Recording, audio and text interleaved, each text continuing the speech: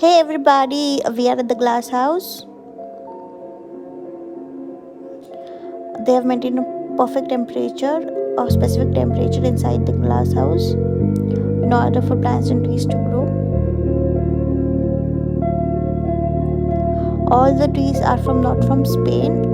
It's from the tropical origin or the tropical area of the world,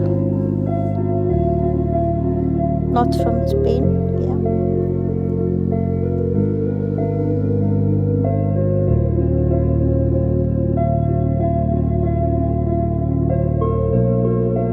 There are four different type of glass house here. One is opposite to it, and two are beside it.